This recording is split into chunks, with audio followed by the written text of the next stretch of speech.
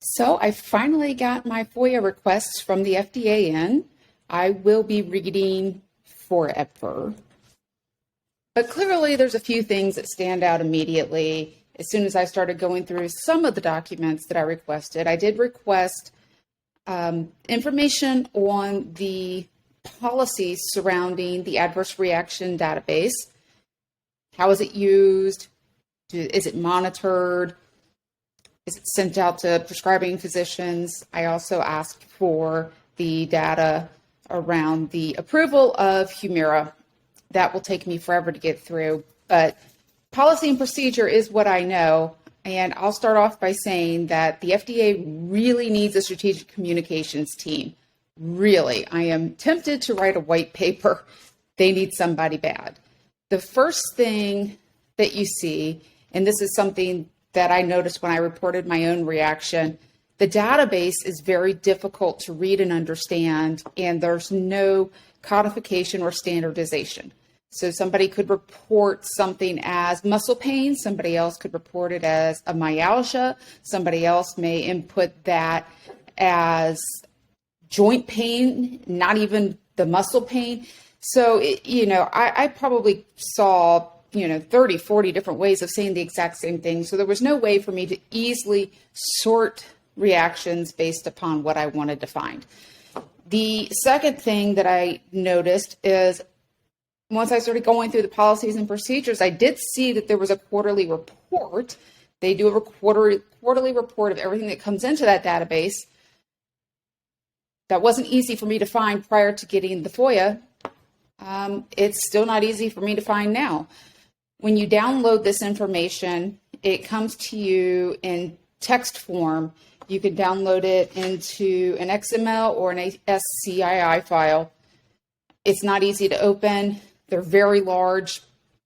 You need to be a computer scientist basically to figure out how to get this simple document open. And they use a lot of coding. It's not easy to read. You have to reference coding if you can even get the information downloaded at all. So for the standard average consumer like myself, this just isn't easy to understand. The part that I'm most concerned about is it's not that easy for physicians to understand. And, since I've started doing a lot of this research, I have said many times one of our biggest problems right now in the United States of America, of many problems, is the shortage of medical professionals. And they're leaving in large numbers.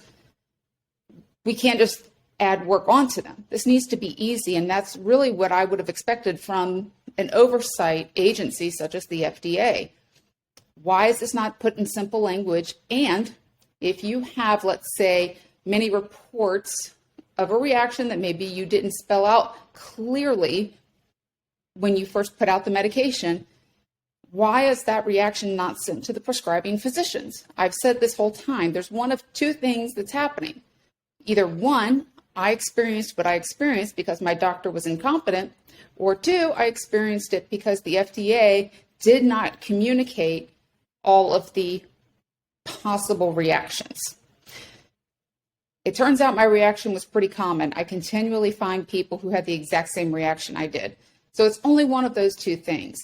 And the more I learn about how the FDA does this, the more I'm concerned that it really is a problem with the FDA. A few other things I've noticed. I'm not required to report my adverse reaction, and I understand that. A patient could confuse a lot of things. I still confused many days. Is this a symptom I'm still having from that severe reaction I had? Is this a symptom of my fibromyalgia? Is this a symptom of my long COVID? I have all the problems. I don't know what all of them are.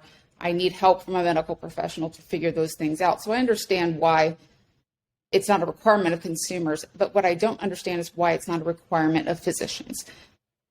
My prescribing doctor, he didn't diagnose me as having a reaction, but he did know that I had it because I made sure he knew. As soon as I got to a doctor who was able to diagnose me as having this reaction to Humira, I immediately called my prescribing doctor and let him know that I had to come off the drug because of this reaction.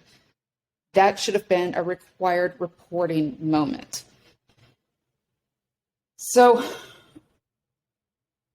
All of that being said, I still have a lot of work to do.